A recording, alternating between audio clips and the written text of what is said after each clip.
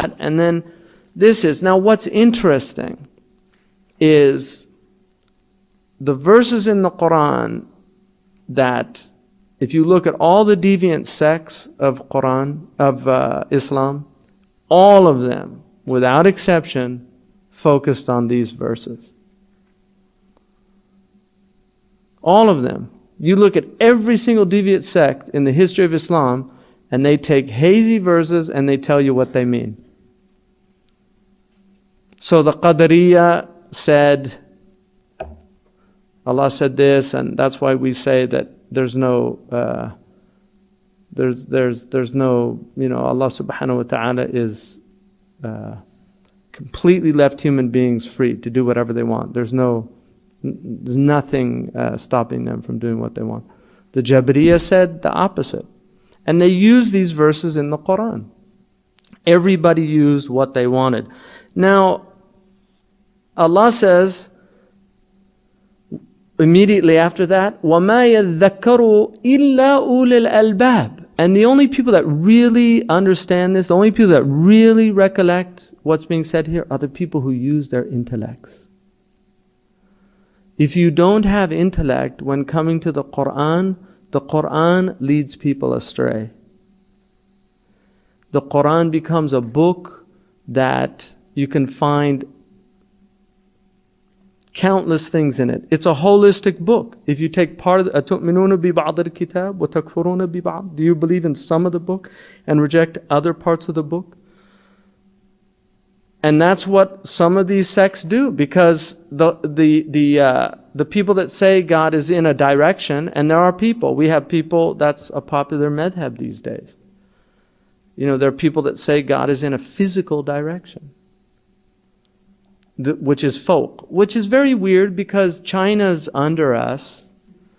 Now we know that the earth is round. So that becomes a problem for people that think, because our up is their down, and their up is our down. There's people that think that God physically descends to the lowest heaven in the last third of the night, because it's a hadith in al-Bukhari. Inna Rabbana la yanziru kulla laylatin ila sama'i dunya. God comes down to the... But now we know that the third part of the night is coming in every instant. Because I can call people throughout the day, and there's a third part of the night somewhere on this planet every instant. So what does that mean? He's always doing that? I mean, this is, these people, naqal is tradition. It's what's handed down. Aqal is intellect. It's how you interpret the tradition. Naqal heads are people that don't use their aqal. They don't use the aqal. It's just naqal. Really, it's a problem. So, unfortunately, for some reason or another, there are a lot of people, but people want simplicity. They want to just reduce everything to black and white. It's the fundamental impulse. It's that Protestant impulse of rejecting nuances, rejecting the fact that the world is not melodramatic. The world is not black and white. There are hues and shades. There's diversity. And things just aren't as clear as people would like to make them out to be. That there are mutashabihat in life. The Prophet said, إِنَّ الْحَلَالَ بَيِّنٌ وَإِنَّ الْحَرَامَ بَيِّنٌ وَبَيْنُهُمَا أُمُورٌ مُتَشَابِهَاتٍ in a riwayah and mushtabihat in another riwayah. That the halal is clear and the haram is clear. And between them are hazy things. There's gray areas. People want it. Is it halal, haram? That's it. That's what people want. Halal, haram. People ask you a question, you say, there's a difference of opinion. Don't tell me, is it halal or haram? It's just not that simple. If you want a simpleton's religion, you're in the wrong religion. This is not a religion for simple people, dummies. There are people that can be in Islam and be simple, that's fine, but they can't reduce the religion to their level.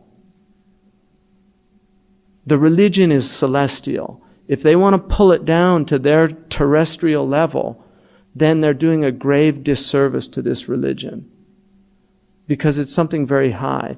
And that's why these ulama who, I'll give you an example. Fakhruddin al-Razi said about the reason why Allah subhanahu wa ta'ala put hazy verses in there. He said God could have just made it all black and white. Do this, this, this, and this. Don't do this, this, and that. And made it all clear. Because there's things, the Prophet ﷺ said, God told you some things. And he said, وَسَكَتَ عَنْ أَشْيَاءَ رَحْمَةً لَكُمْ. He was silent about things as a mercy to you. فَلَا تَبْحَثُوا عَنْهَا أَوْ لَا تَسَرُوا عَنْهَا. Don't seek them out, those things that God was silent about. Just leave that. It's mercy of God. The Prophet said, حَيَاتِي خَيْرٌ لَكُمْ وَمَوْتِي خَيْرٌ لَكُمْ تُحْدِثُونَ فَيُحْدَثَ لَكُمْ. My life is good for you, but my death is also good for you, because you do things and then you get rulings about them. So when the Prophet was alive, people would do things and then they'd get a ruling to say you can't do that. So if the Prophet, what he was saying was, if I stayed with you, it would just get too overwhelming. In fact, one man came to the Prophet and he said, كَثُرَتْ عَلَيَّ شَرَائِعُ الْإِسْلَامِ يَا رَسُولَ اللَّهِ. The rules have gotten too much for me. فَدُلَّنِي عَلَى شَيْءٍ أَتَشَبَّثُ بِهِ. Give me something that I can cling to, and I'm going to be saved by it. And he said, لَا يَزَالُ لِسَانُكَ رَطْبًا بِذِكْرِ اللَّهِ. May your tongue always be moist with the remembrance of God. It's like, and that is just a reminder that, you can attempt to follow all the rules. The Prophet ﷺ said, أَوْغِلُوا فِي هَذَا الدِّينِ بِالرِّفْقِ. Enter into this deen gently. فَلَنْ يُشَادَّ الدِّينَ أَحَدٌ إِلَّا غَلَبَهُ. Because nobody tries to take on this religion in its entirety except he will be completely overwhelmed. Completely overwhelmed. There are doors to paradise. There's a door of charity.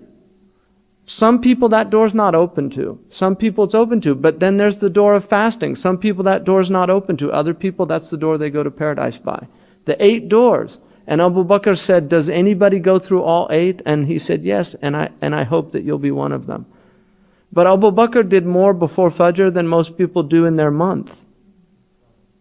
Because we know, people wonder how Abu Bakr, the Prophet said, if my Ummah's faith was put in one scale and Abu Bakr's in the other scale, Abu Bakr would outweigh them.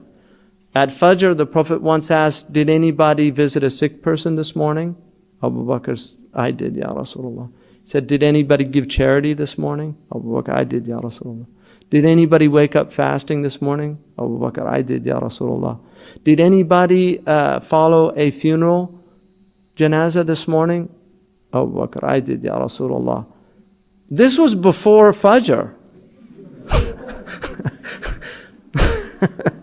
And that's why when Omar wanted, he thought, okay, I'm going to get him this time. Tabuk.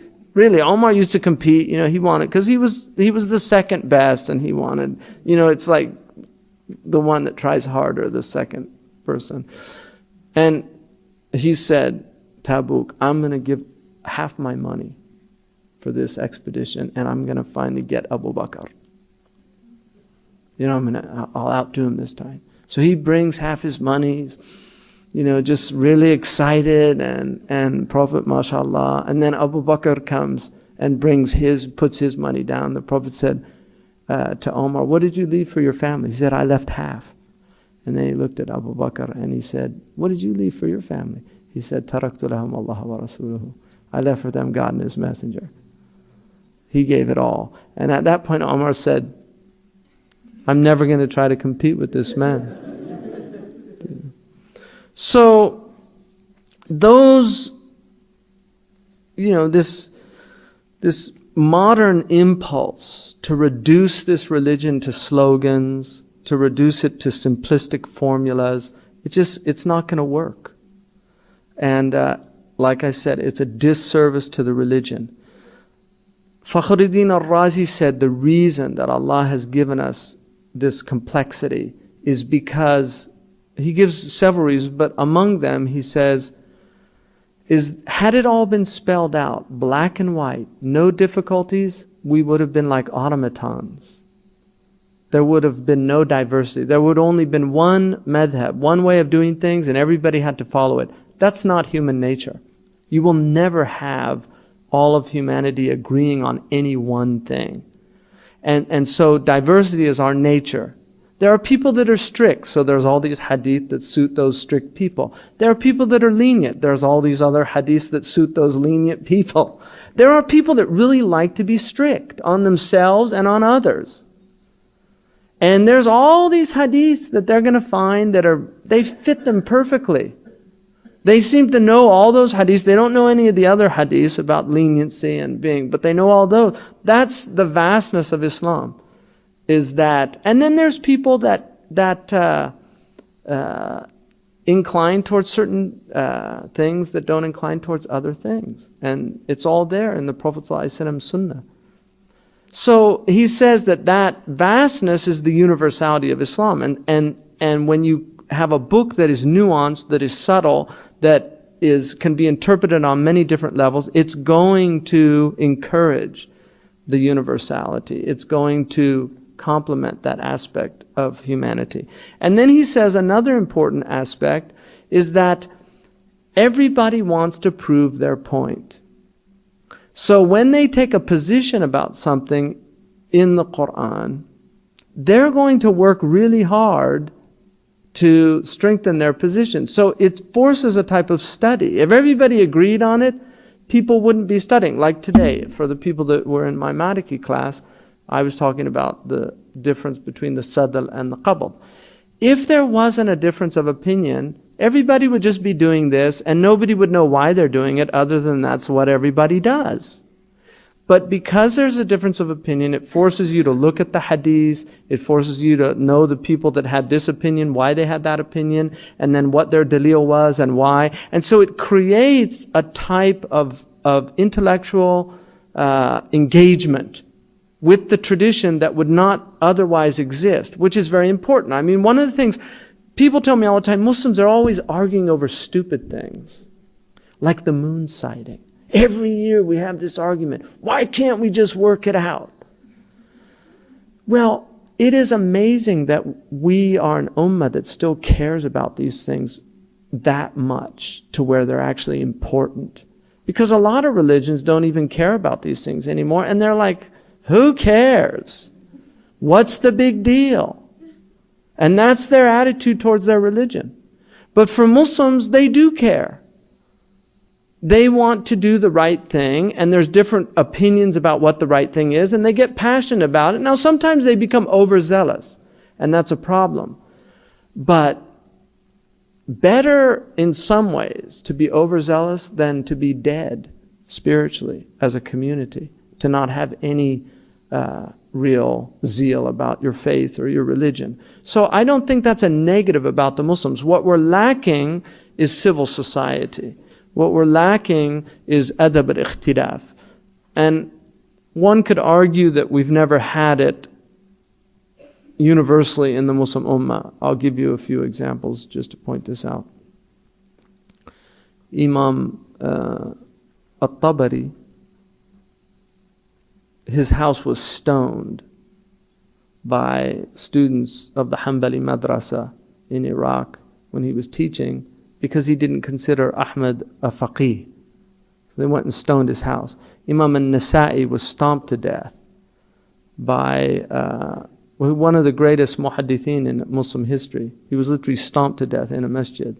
So it's not like there hasn't been these terrible things that have happened in our history. There have been terrible things. And you'll find these in all religious traditions. When you get fanatics, when you get idiots, when you get knuckleheads that have no other way, of understanding something except their limited way. This provincial attitude, and that somehow it's my religious duty to stomp out any other way of viewing it. It's a problem. Religion becomes poisonous. As far as I'm concerned, it actually becomes a source of human suffering as opposed to a source of human enlightenment, of actually elevating people's states. of getting them closer to God. It distances them from God. They become harsh, hard-hearted. And that's why immediately after this verse, first of all, it warns us about people. Whenever you find people that are interested in, these verses in the Quran that are hazy, and they want you to make sure you know that they mean exactly what they say they mean, in other words, that they're muhkamat, the first thing, know that they're from the people of fitna, that Allah warns against, and that they have deviation in their hearts, they have zayg in their hearts. But the second thing, know that they don't have intellect. Because Allah praises the people of intellect at the end of those verses, saying that the people that really understand this are people of intellect, because they know that when Allah subhanahu wa ta'ala says, istawa ala al-arsh, that He's upon a throne, that they know by their intellect that it is absolutely inconceivable for the infinite creator of the heavens and the earth to be limited by time or space, to be mahmul, to be carried on anything. They know that. But they're not going to deny that verse, because that verse is there. So they say, we believe in it, and we know it doesn't mean what it appears to mean, because with God there is no how. And this is what Imam Malik, when he was asked, Kayfa istiwa? How did God istawa? Which in Arabic can mean to sit. So he asked, how did God do this istiwa? And Imam Malik said, al-istiwa ma'loom. The istiwa is known. In other words, that it's in the Quran. Wal-kayfa ghayru ma'qool. And the how is completely irrational. It's inconceivable. And in a riwayah majhul, it's not something you could ever know what that means. And then he said, وَالسُّؤَالُ عَنْهُ بِدْعَةٌ. And to ask about it is a bid'ah. It's an innovation. Because none of the Salaf asked about it. That was Imam Malik's position. So the only reason I'm focusing on this is because this is a problem in our time. That's the only reason. I would pass over these a lot quicker, but you need to understand that there are people out there that are presenting a position, and they're saying this is the position of the first community, and it's not. It's a deviant position. And they can call us deviants. That's fine. Allah says, I'm going to settle this on the Day of Judgment. So you're a deviant, I'm a deviant, fine. We'll wait. Let's just act civilly towards each other. I'm going to pray next to you in the masjid. I'll break my Ramadan fast with you. I'll say Assalamu alaikum, and we'll be friends. You're a deviant, I'm a deviant. But on Yawm al-Qiyamah, we'll see who the deviant is. And I'm willing to wait. I'm willing to wait. But if defending God's vastness is deviancy, I'm willing to be a deviant.